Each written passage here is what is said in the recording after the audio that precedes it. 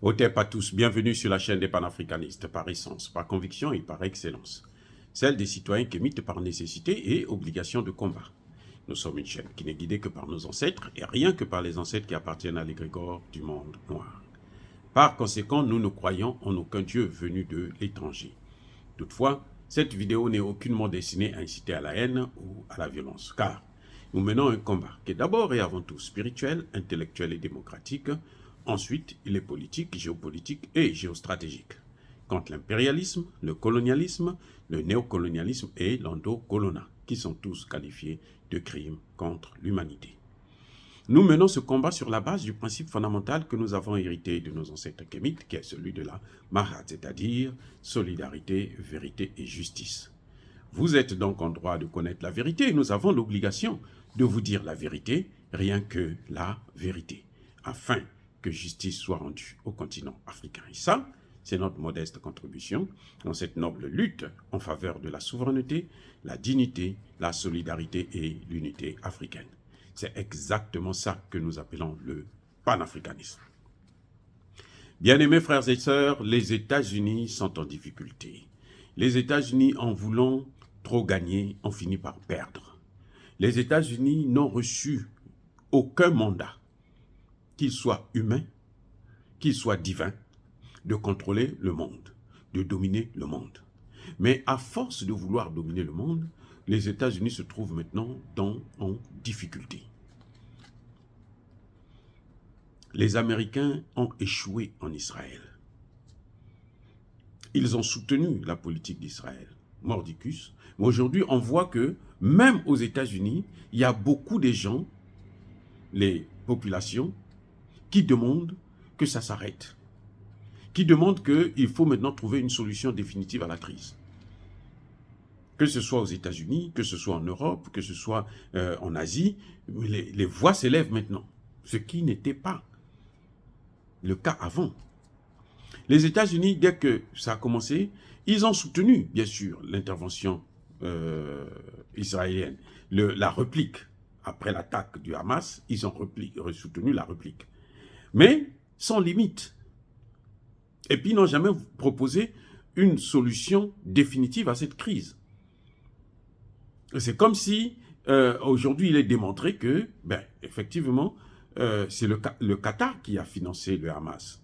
Mais il a financé le Hamas avec l'encouragement d'Israël, ce Netanyahou, le premier ministre israélien, et des États-Unis. Et maintenant, les États-Unis, quand ils ont vu ça, parce qu'ils se disaient qu'il fallait neutraliser le Fatah, afin qu'ils puissent avoir seulement affaire au Hamas. Et que le Hamas, comme c'est des va-t-en-guerre, donc il y aura des affrontements, ça va leur permettre d'occuper encore des colonies, d'occuper encore le territoire palestinien. Ce qui reste en tout cas du territoire palestinien. Vous voyez? Or, maintenant là qu'ils ont commencé à bombarder, l'Égypte a fermé sa frontière. Je dis non, vous ne sortez pas. Parce qu'ils voulaient faire sortir les Palestiniens de telle sorte qu'ils bombardent, ils rasent, ils détruisent tout, et puis ils appellent maintenant les colons pour venir s'installer. L'Égypte dit non. Si vous voulez, gardez-les, tuez-les tous. Et Israël est exposé à ce qu'on pourrait appeler crimes de guerre. Au point où il y a des pays comme l'Afrique du Sud qui ont porté plainte contre Israël pour crimes de guerre. Ah oui. Maintenant, les États-Unis, dès que ça a commencé, eux, leur objectif, c'était l'Iran. Ils ont envoyé des navires de guerre, des porte-avions qui sont allés pour intervenir en fait en Iran. Mais les choses se compliquent. Parce qu'ils pensaient que c'était comme ils avaient l'habitude, quand ils veulent attaquer un pays au Moyen-Orient, par exemple l'Irak, ils ont le soutien des autres pays arabes. Et cette fois-ci, l'Arabie saoudite dit non, le Qatar dit non, l'Égypte dit non, nous on ne veut plus de ça. L'Algérie dit non. Vous allez faire quoi maintenant? Vous êtes seuls face à tous ces pays. Vous allez faire quoi? Donc ils sont coincés. Les Américains sont coincés. D'une part, ils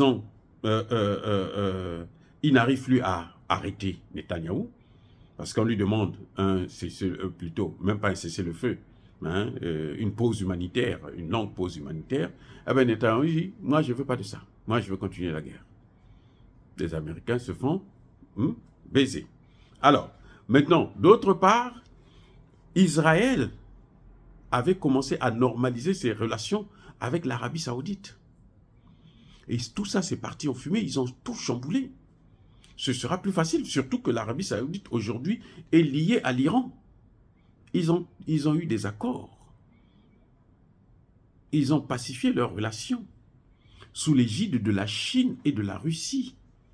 Parce qu'on voit seulement la Chine, mais en fait, c'est la Russie qui avait commencé avec ces négociations depuis très longtemps, qui a travaillé là-dessus. Et la Chine est venue finaliser. Et puis on voit que tous ces pays-là sont en train de frapper à la porte des BRICS.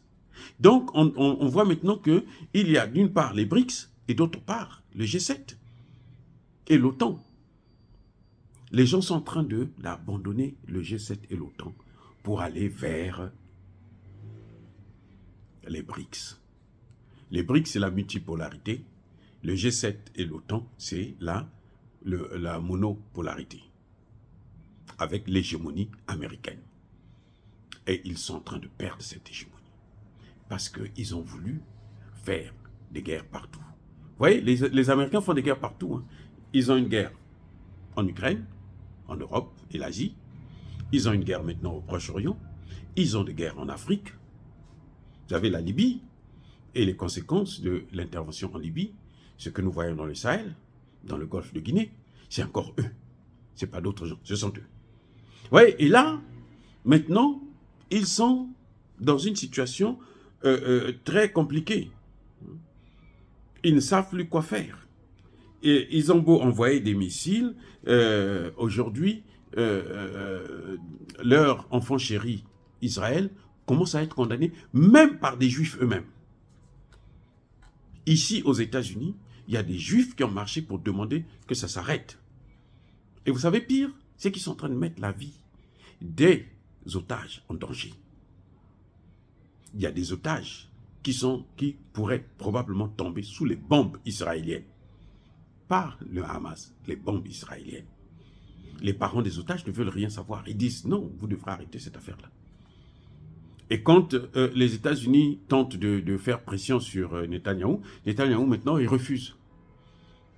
Et ils se sont fait avoir. Et de plus en plus, des voix s'élèvent. Plus cette guerre va continuer, plus la riposte va durer longtemps et aussi brutale qu'elle soit, maintenant on compte déjà plus de 11 000 morts du côté des civils palestiniens, plus le monde va se révolter. Il faut que les Américains se ressaisissent de cesser des guerres partout dans le monde. Dire cela, c'est inciter à la haine ou à la violence, non. Il faut trouver une solution, comme disait Dominique de Villepin, la solution ne doit pas être la force ou la vengeance, mais la solution doit être la justice. Parce que la Palestine a subi trop d'injustices depuis très longtemps et que maintenant, il faut qu'on lui rende justice si on veut la paix. On veut donc deux États, un État palestinien et un État israélien côte à côte. Voilà, bien-aimés frères et sœurs, encore une fois, je persiste et je signe. Soyez bénis. Soyez abondamment bénis par le Dieu des Kémites et par nos ancêtres angélisés. Mais que tous ceux qui persécutent le continent africain le pillent et le déstabilisent. Qu'ils soient noirs, blancs, chinois, arabes, indiens ou qui qu'ils soient punis, maudits, foudroyés, neutralisés, écrasés, effacés par ce Dieu des Kémites et par nos ancêtres angélisés. Vive l'Afrique éternelle. J'ai dit et j'assume.